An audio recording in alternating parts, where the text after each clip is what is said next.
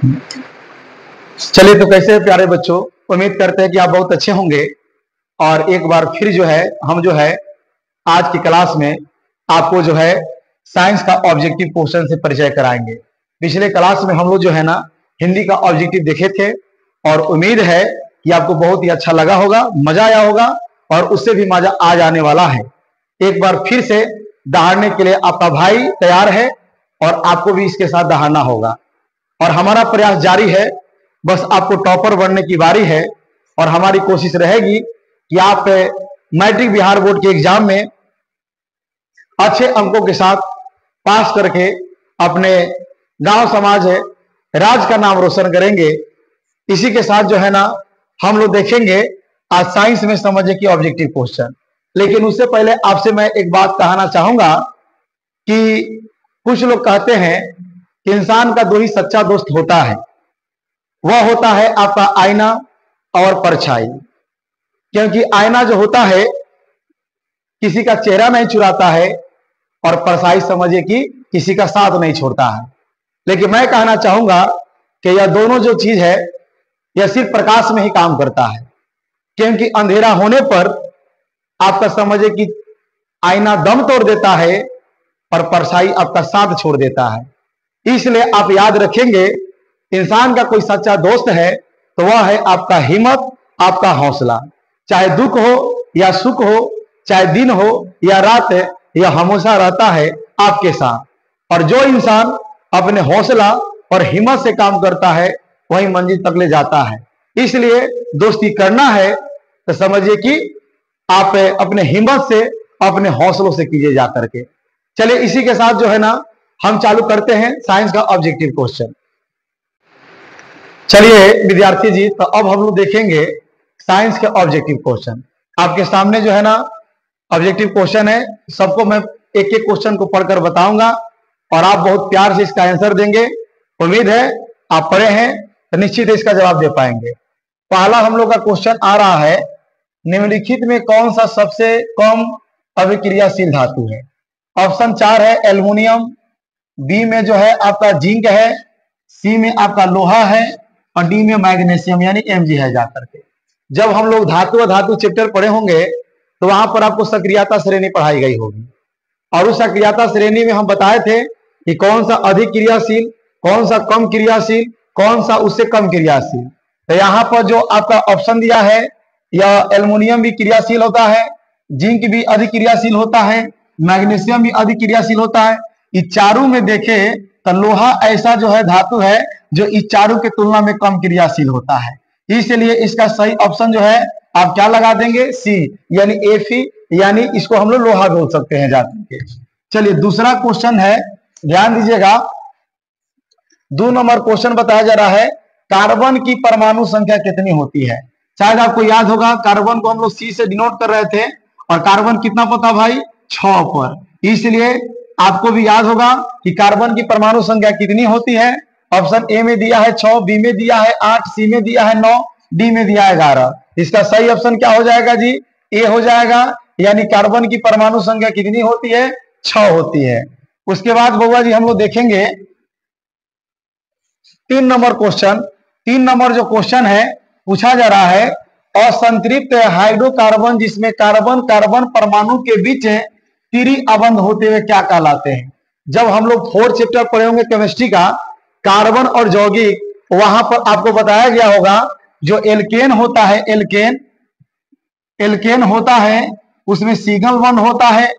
उसके बाद एल्कीन जो होता है उसमें डबल बॉन्ड होता है और एल्काइन जो होता है ना उसमें आपका ट्रिपल बॉन्ड होता है। तो यहाँ जो क्वेश्चन पूछा जा रहा है कि कार्बन कार्बन परमाणु के बीच त्रिअबंध, त्रिअबंध का मतलब ट्रिपल बॉन्ड। क्या जी? ट्रिपल बॉन्ड के बारे में चर्चा की जा रही है। तो बताओ तो ट्रिपल बॉन्ड किसमें आ रहा है? तो एल्काइन में। तो एल्काइन में ट्रिपल बॉन्ड आ रहा है यानी हम इसका सही ऑप्शन क्या मारेंगे? एल्केन नहीं जी, इसका सही ऑप्शन क्या हो जाएगा? एल्काइन हो जाएगा। बाकी के सारे ऑप्शन जो है ना इसके गलत हैं।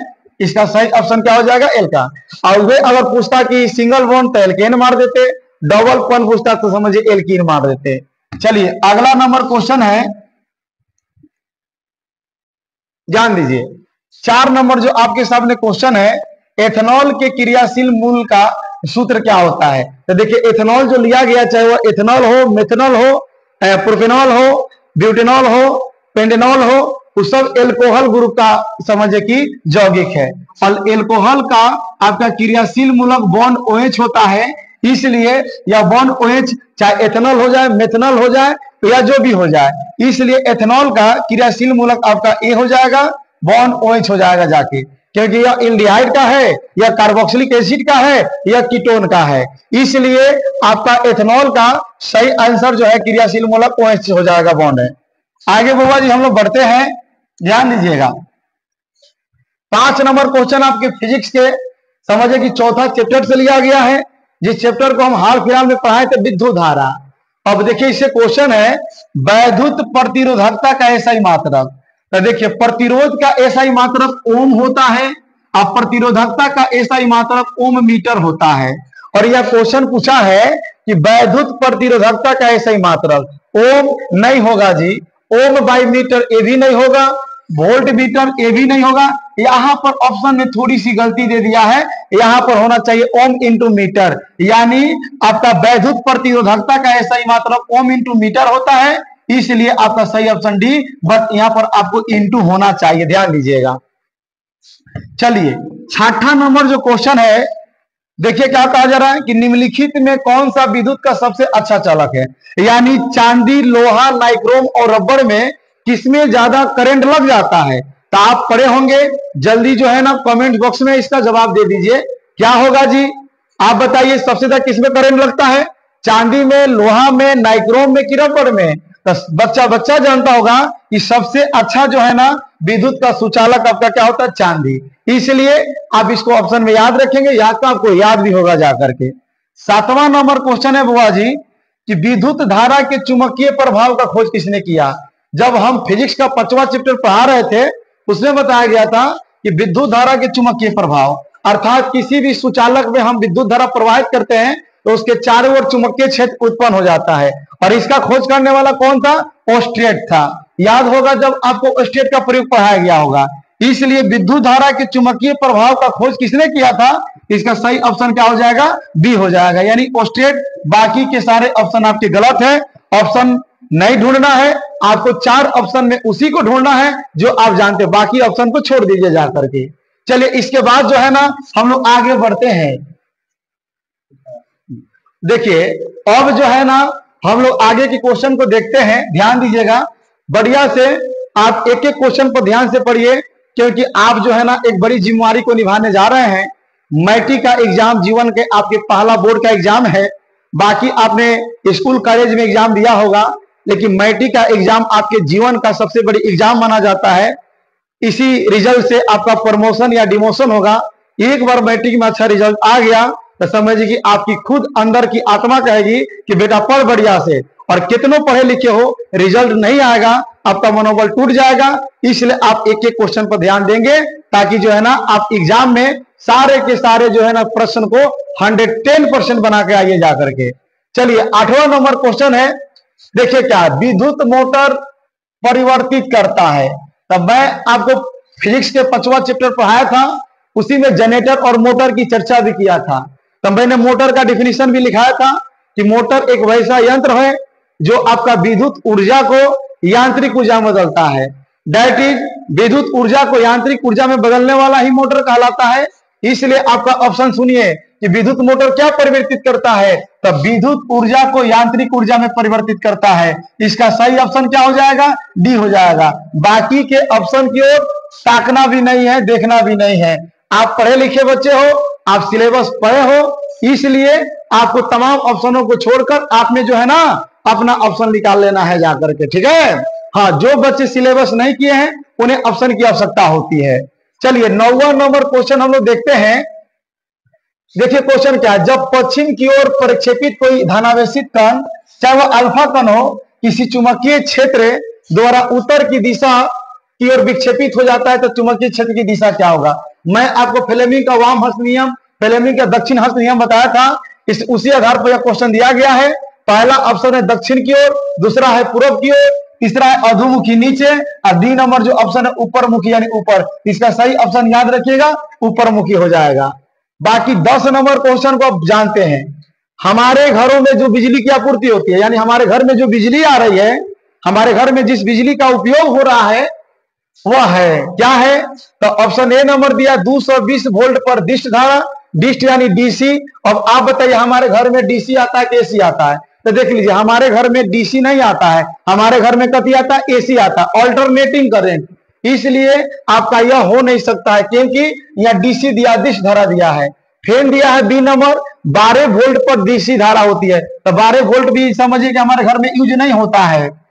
सी नंबर ऑप्शन है 220 वोल्ट पर प्रत्यावर्ती धारा, यानी प्रत्यावर्ती को हम लोग इंग्लिश में एसी बोलते हैं जाकर के, यानी सही ऑप्शन यही हो जाएगा। हमारे घरों में आपका 220 भी आपको मैं बताया था, और 50 HZ यानी हर्ट्ज की बिजली की आपूर्ति होती है, इसलिए सही ऑप्शन इसका क्या हो जाएगा? सी। बाकी जो है ना आपके ऑप्शन क्या है? गलत है जाकर के। चलिए आगे बढ़ते हैं हम। अगला 11 नंबर जो प्रश्न है वह प्रश्न आपके सामने देखिए क्या सवाल खड़ा कर रहा है।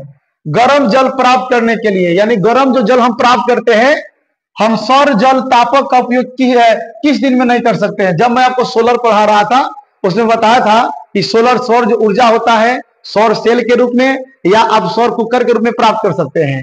लेकिन आप बताइए जो सौर तापक जो होता है उसका उपयोग किस दिन में नहीं होता है? तो आप बताइए जब घामे नहीं उगेगा, जब सूर्य का प्रकाश ही नहीं होगा, तो क्या आप बताइए सौर जल तापक काम करेगा?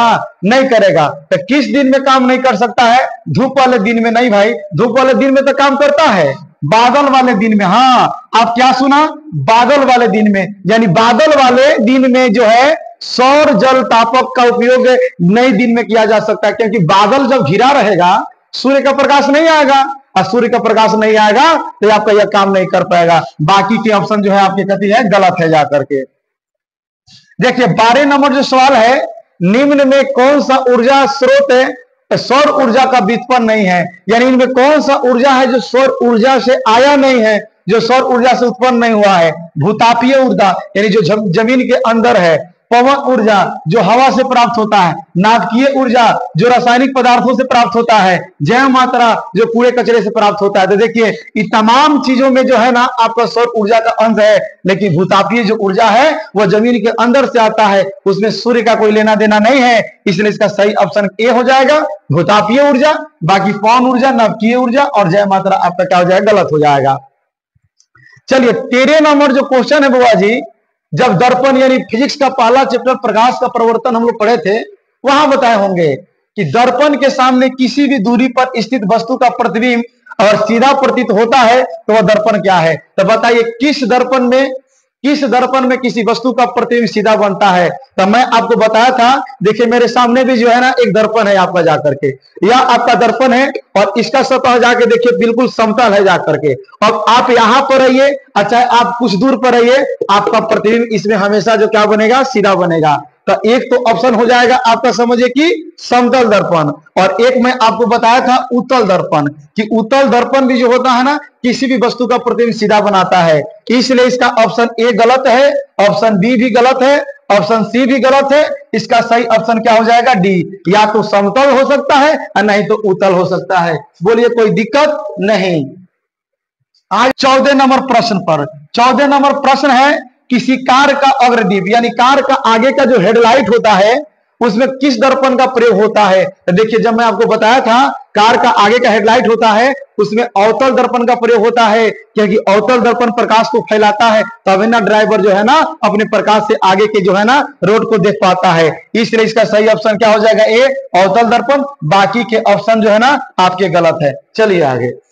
चलिए अब हम लोग जो देखते हैं आगे का जो प्रश्न है वह प्रश्न 15 नंबर है। बिल्कुल जो है ना आपको समझ में आता होगा, और आप कमेंट्स बॉक्स करके जो है ना अपना जो है जवाब फटाफट देते चलिए जा करके। ठोक दीजिए ऑप्शन को, कमेंट्स बॉक्स को समझिए, इतना कमेंट्स कर दीजिए कि कमेंट बॉक्स समझिए कि हाउसफुल हो जाए जा करके। चलिए, और वीडियो अच्छा लगे, क्लास हमारा अच्छा लग रहा हो तो इसको समझिए कि लाइक भी कीजिए और मेरे चैनल को सब्सक्राइब भी करने का काम कीजिएगा जा करके। चलिए 15 नंबर जो क्वेश्चन है, निम्नलिखित में किसका अपवर्तनांक सबसे अधिक होता है? तो मैं आपको बताया था कि हीरा एक ऐसा पदार्थ है जिसका अपर्दान सबसे अधिक होता है।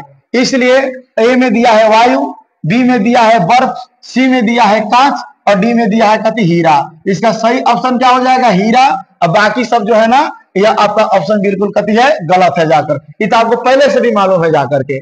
16 नंबर सवाल का जवाब जो है ना, आप कमेंट्स बॉक्स में जरूर दीजिएगा। देखिए क्या कहा जा रहा है, निम्नलिखित में किस लेंस को अभिसारी लेंस कहा जाता है? बताइए, उत्तल लेंस को, अवतल लेंस को, या उत्तल अवतल दोनों को, या बाइफोकल को? जल्दी कमेंट्स में जवाब दीजिए। मैं इसको आपके लिए छोड़ देता हूं, अगले क्लास में आऊंगा तो पूछूंगा कि आप क्या जवाब दिए हैं जाकर के। चलिए, अब 17 नंबर जो प्रश्न है, निम्नलिखित में कौन सा उभयलिंगी है? आइए, बायोलॉजी से क्वेश्चन लिया गया है। उभयलिंगी कौन सा उभयलिंगी है? आपको पढ़ाया गया होगा एकलिंगी, द्विलिंगी, उभयलिंगी। तो देखिए, केचुआ, मेढक, मछली और कछुआ। इसमें जो केचुआ होता है ना, जानते हो केचुआ, चारा चारा खेतवा में, वह आपका उभयलिंगी होता है। बाकी जो है ना, यह आपका सब एकलिंगी होता है। गलत है ऑप्शन जाकर के। 18 नंबर क्वेश्चन है, मेंडल ने अपने प्रयोग में किस पौधों का चुनाव किया था? तो चलिए, मेंडल का प्रयोग आप पढ़े थे, आपको जन्म चैप्टर या आनुवांशिकता चैप्टर जो आपको पढ़ाया गया था। मेंडल ने अपने प्रयोग में किस पौधे का चुनाव किया था? ए में दिया है आम, बी में दिया है गुलाब, सी में दिया है गेहूं और डी में दिया मटर। इसका सही ऑप्शन क्या हो जाएगा? मटर। यानी मेंडल ने अपने प्रयोग में मटर के पौधे का चुनाव किया था। चलिए, 19 नंबर क्वेश्चन है, निम्न में कौन सा एक अवशेषी अंग है? यानी हमारे शरीर में कौन ऐसा अंग है जो अवशेषी है, जो अवशोषण करता है? पहला दिया है रीढ़ की हड्डी, भाई यह अवशोषण नहीं करता है, यह हमको सहारा प्रदान करता है। अंगूठा, यह आपका अंगूठा है, ये क्या चीज को अवशोषित करता है बताइए तो? उसके बाद कान, कान जो है यह क्या चीज को अवशोषित करता है? उसके बाद है अपेंडिक्स। तो इसका सही ऑप्शन क्या हो जाएगा? अपेंडिक्स। यानी अपेंडिक्स जो है ना, एक अवशोषी अंग है जाकर के। और देखिए, 20 नंबर जो सवाल है, चिपको आंदोलन किससे संबंधित है? याद है, पॉलिटी में भी पढ़ाए थे और आपको समझिए कि साइंस में भी हमको पढ़ाए थे। चिपको आंदोलन वन बचाव के लिए किससे संबंधित है बताओ यार? वन संरक्षण के लिए, मृदा संरक्षण के लिए, जल संरक्षण के लिए कि वृक्षारोपण के लिए? तो इसका सही ऑप्शन क्या होगा? वन संरक्षण के लिए चिपको आंदोलन जो है ना संबंधित था जाकर के। 21 नंबर सवाल है भाई, 21 नंबर सवाल है, निम्नलिखित में कौन सा लेंस आवर्धन, निम्नलिखित में कौन सा लेंस का आवर्धन एम होता है? यानी आवर्धन का यहाँ 4 जो फॉर्मूला दिया है कौन सही है? अब देखिए, लेंस का, दर्पण का नहीं पूछ रहा है, तो लेंस का जो होता है आप बताए थे एम बराबर भी बटा क्या होता है? ई होता है जाकर के। समझ रहे हैं? तो इसका ऑप्शन ए नंबर गलत है, बी नंबर गलत है, सी नंबर गलत है। इसका सही ऑप्शन क्या हो जाएगा? डी हो जाएगा, यानी भी बटा ई हो जाएगा। चलिए, 22 नंबर जो सवाल है, निम्नलिखित में कौन सा नेत्र का रंगीन भाग होता है? जब नेत्र में कौन ऐसा भाग है जो कलरफुल होता है, रंगीन होता है? कार्निया, रेटिना, परितारिका या पुतली? तो याद रखेंगे, परितारिका जो होता है हमारे आंख का क्या होता है? रंगीन भाग होता है। उसके बाद 23 नंबर आपको खूब बढ़िया से मालूम है, हमारे सवाल पढ़ने से पहले आप इसका जवाब दे दीजिए। देखिए क्या है, वायुमंडल में प्रकाश के किस वर्ण का प्रकीर्णन सबसे ज्यादा होता है? तो देखिए, प्रकीर्णन तो ऐसे आपका बैजानी हाँ पीना ला पड़े होंगे, लेकिन सबसे ज्यादा प्रकीर्णन आपका लाल, नीला, पीला और नारंगी में किसका होता है? तो यहाँ पर सबसे ज्यादा प्रकीर्णन किसका होता है? नीला होता है। नीले रंग ही ज्यादा छितराता है, इसीलिए आसमान जो है ना हमको नीला दिखाई देता है। इसलिए और आपसे ऑप्शन में दिया जा रहा है कि इसमें कौन सा प्रकीर्णन ज्यादा होने वाला है, तब इसका याद रखें कथी? नीला। चलिए हम लोग आगे बढ़ते हैं आगे के सवालों पर। चलिए अब हम लोग देखते हैं अगला क्वेश्चन जो है आपका 24 नंबर क्वेश्चन। 24 नंबर क्वेश्चन जो है, देखिए 24 नंबर क्वेश्चन में क्या कहा जा रहा है? प्रकाश की किस घटना के कारण सूर्य हमें वास्तविक सूर्योदय से लगभग 2 मिनट पूर्व दिखाई देने लगता है? मैं आपको पढ़ाया था। ऑप्शन में देखिए, ए में दिया है प्रकाश का आपका परिवर्तन, 2 में दिया है वायुमंडलीय अपवर्तन, 3 में दिया है प्रकीर्णन और डी में दिया वायुमंडलीय अपवर्तन और प्रकीर्णन दोनों। इसका सही ऑप्शन हो जाएगा वायुमंडलीय अपवर्तन। यानी वायुमंडलीय अपवर्तन के कारण जो है ना सूर्य आपके सूर्योदय से 2 मिनट पहले ही आपको लाल दिखाई देने लगता है। आप इसको जानते हैं। आइए 25 नंबर जो क्वेश्चन है, आधुनिक आवर्त नियम के अनुसार तत्वों के गुण धर्म निम्नलिखित में किनके आवर्त फलन होते हैं? यानी आधुनिक आवर्त जो सारणी या नियम बनाया, जिसका नाम था समझिए कि आपका मोसले, मोसले ने यानी सभी लोगों ने मोसले के पहले परमाणु द्रव्यमान को समझिए अपना आधार बताया, लेकिन मोसले ने परमाणु संख्या को आधार बताया। इसलिए आधुनिक आवर्त नियम जो है ना किसके अनुसार है, तो आपके परमाणु संख्या के अनुसार है, और बाकी के ऑप्शन इसका क्या हो जाएंगे, गलत हो जाएंगे। देखिए 26 नंबर क्वेश्चन है, आधुनिक आवर्त सारणी की क्षैतिज कतार निम्नलिखित में क्या कहलाती है। देखिए इसको हम लोग ऊर्ध्वाधर कतार बोलते हैं और इसको हम लोग क्षैतिज कतार बोलते हैं। तो इसका नाम वर्ग है और इसका नाम समझिए कति है, आवर्त है। तो बुआ यह क्षैतिज है, तो पूछा जा रहा है कि यहाँ पर क्षैतिज कतार क्या कहलाती है, आप बताइए वर्ग कहलाएगी कि आवर्त कहलाएगी। तो इसका सही ऑप्शन क्या हो जाएगा, आवर्त कहलाएगी। बाकी के जो है ना सारे ऑप्शन इसके गलत है जाकर के। 27 नंबर जो क्वेश्चन है, लोहे के फ्राई पैन यानी लोहे का जो फ्राई पैन होता है उसको जंग से बचाने के लिए निम्नलिखित में कौन सा विधि उपयुक्त है जाकर के। तो ग्रीस लगाकर बताइए, लोहे का फ्राई पैन है उसको बार बार समझिए कि आपको चूल्हा पर चढ़ाना होता है, उसमें ग्रीस लगाइएगा यह पिघल जाएगा। पेंट लगाकर, पेंट लगाना भी उचित बात नहीं है, जिंक की परत चढ़ाकर और इनमें से सभी। इसका सही ऑप्शन हो जाएगा जिंक की परत चढ़ाकर, और उसको हम जिंक की परत चढ़ा देते हैं तो निश्चित है उसमें कभी जंग नहीं लगेगा और आग का भी प्रभाव सब पड़ने वाला नहीं है जाकर के। इसलिए सही ऑप्शन आप याद रखेंगे, इसका क्या होगा, 27 का सी हो जाएगा। चलिए 28 नंबर क्वेश्चन है, निम्नलिखित में किस धातु को चाकू से आसानी से काटा जा सकता है। आपको याद होगा, बताइए एल्युमिनियम को, सोडियम को, मैग्नीशियम को कि कॉपर को। तो सोडियम ऐसा धातु है जिसे चाकू से आसानी से काटा जा सकता है, बाकी ऑप्शन आपका बिल्कुल जो है गलत है जाकर के। अब आइए 29 नंबर क्वेश्चन है कि निम्नलिखित में कौन से गैस चूने के पानी को दूधिया कर देता है। यानी में कौन सा गैस है कि चूने के पानी को दूधिया कर देता है, उजला कर देता है। पहला ऑप्शन दिया है Cl2 यानी क्लोरीन गैस, दूसरा का ऑप्शन दिया कार्बन सल्फर डाइऑक्साइड, तीसरा का ऑप्शन कार्बन डाइऑक्साइड और चौथा दिया ऑक्सीजन गैस। तो इसका सही ऑप्शन आपका हो जाएगा सी नंबर, कार्बन डाइऑक्साइड जो होता है ना आपको क्या कर देता है, आपके चूने को दूधिया रंग प्रदान कर देता है जाकर के। चलिए 30 नंबर क्वेश्चन है, टार्टरिक अम्ल निम्नलिखित में किसमें पाया जाता है। आपका टमाटर में, संतरा में, सिरका में कि इमली में। तो मैं आपको बताया था अम्ल भस्म अवलोन पढ़ाया था कि इमली में कौन सा अम्ल पाया जाता है, टार्टरिक अम्ल पाया जाता है। चलिए यहां तक किसी को दिक्कत नहीं है, तो फिर हम लोग आगे बढ़ते हैं।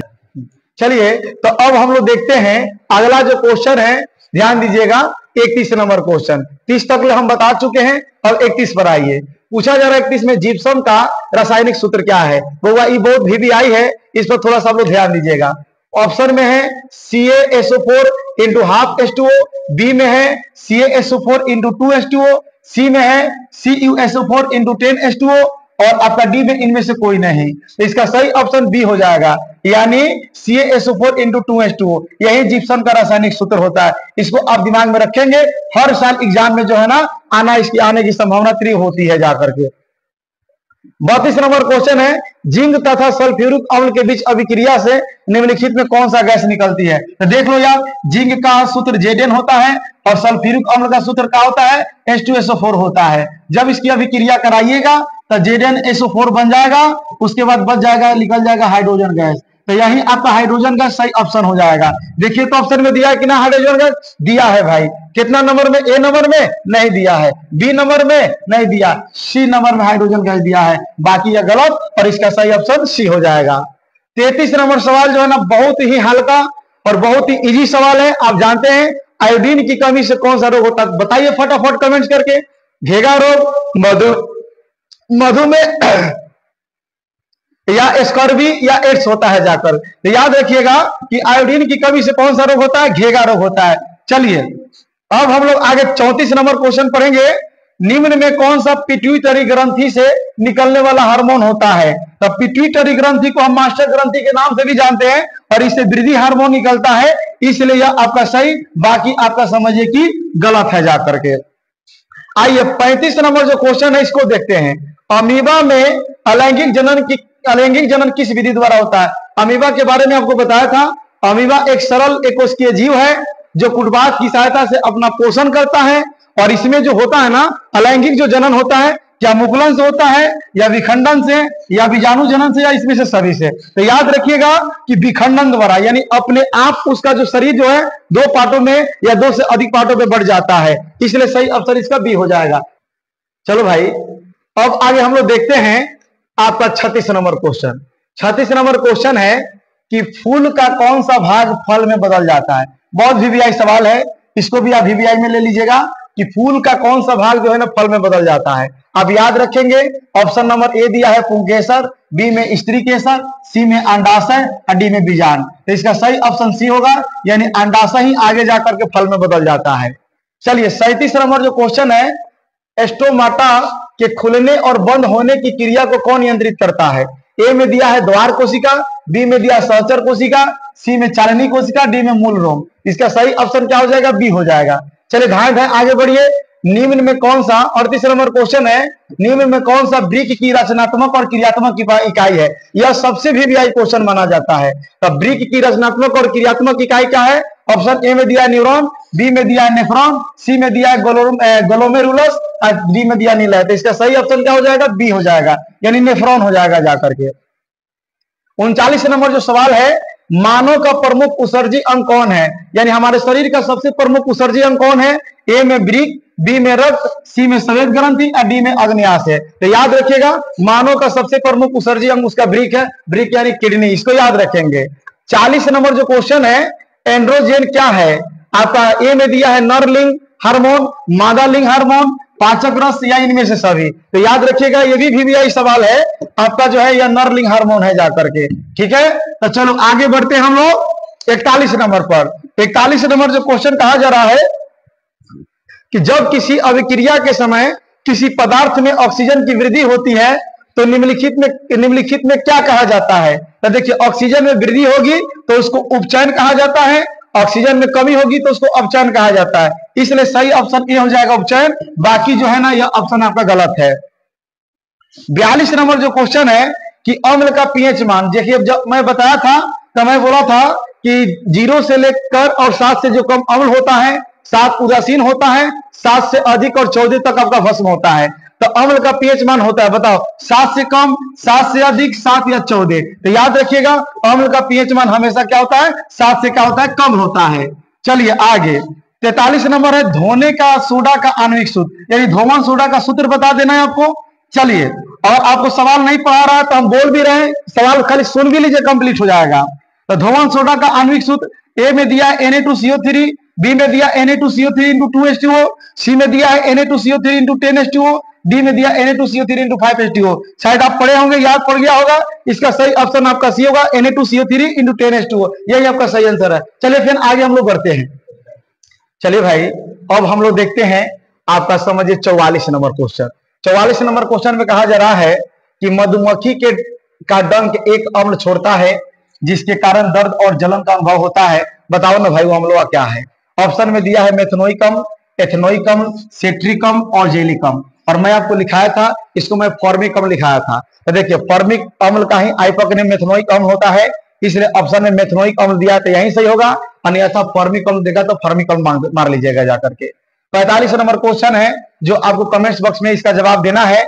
अमीबा अपना भोजन कैसे पकड़ता है। अमीबा अपना भोजन कैसे पकड़ता है बताओ। स्पर्शक द्वारा, जीभ द्वारा, कुटपाथ द्वारा या मुंह द्वारा। तो आपको मालूम है कि अमीबा अपना भोजन जो है ना कुटपाथ द्वारा आपका पकड़ता है जाकर के। 46 नंबर क्वेश्चन है, कौन सा एंजाइम वसा पर क्रिया करता है।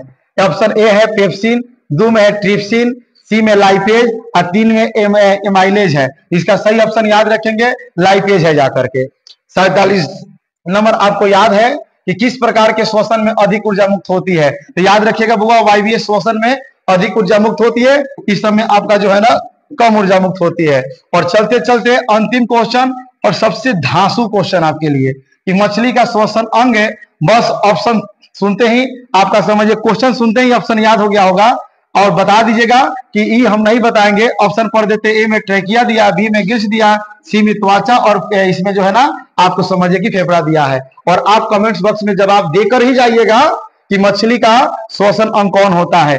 उसके बाद आपका कमेंट्स का हम इंतजार करते रहेंगे। और चलते चलते कहेंगे आप लोगों से, एक बात याद रखिएगा कि उन आंखों का हंसना भी क्या जिन आंखों में पानी ना हो, और वह जवानी जवानी नहीं जिसकी कोई कहानी ना हो। इसलिए हम आपको कहना चाहेंगे कि शरीर में समझिए खून कम हो लेकिन अधिक पानी होनी चाहिए, हम रहे या ना रहे, लेकिन हमारी इस दुनिया में कहानी होनी चाहिए। चलिए इसी के साथ आज हम आपसे विदा लेते हैं। चलिए तब तक के लिए जय हिंद।